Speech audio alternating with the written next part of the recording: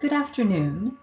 Welcome to the Kearney Team Dataknots 2020 Virginia Datathon presentation. For this Datathon, we were asked to look at how COVID-19 has affected our communities using publicly available datasets and tools. Our team's objective was to determine the impact of COVID-19 on education so we can identify next steps to help our schools and the students in our communities. We found that while there is up-to-date COVID tracking data, most of the datasets we wanted to compare to have a reporting lag and do not yet exist. Similarly, there isn't any historic COVID-19 data. It's new. So, we decided to look at datasets for unemployment, a major COVID-19 effect. Since there is unemployment data going back decades, this was a robust dataset to which to compare SOL pass rates, which also go back decades. We got this data from the U.S. Department of Labor Bureau of Labor Statistics, and the SOL data from the Virginia Department of Education website.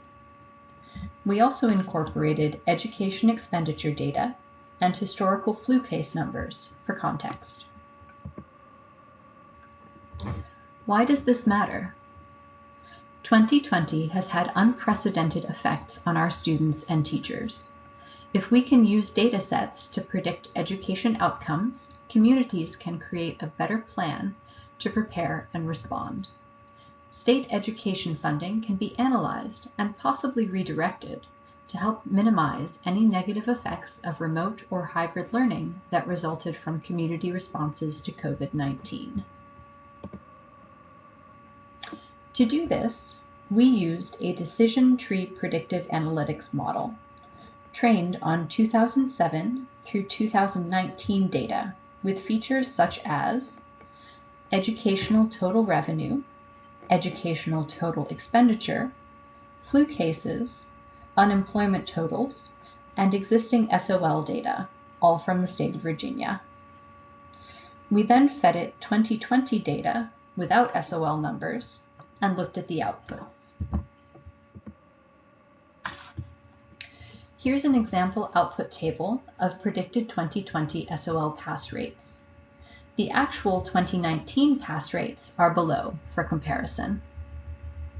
It is worth noting that different input conditions for 2020 expenditures may be used to look at the effects of changes in funding. The predictions could then be compared, and the best one could be chosen for implementation.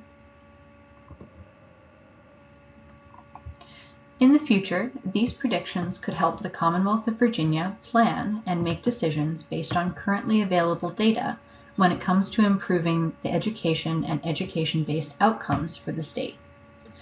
The predictive model created can be reused year after year. Since we leveraged data that is generated annually, regardless of any emergency, it can be used to better allocate the funding as state priorities change and evolve over time. Similar models can be used with the Virginia flu data and COVID-19 hotspot data to identify the communities that will need surge support to get through the flu season. In conclusion, predictive modeling can help Virginia communities be more proactive rather than reactive.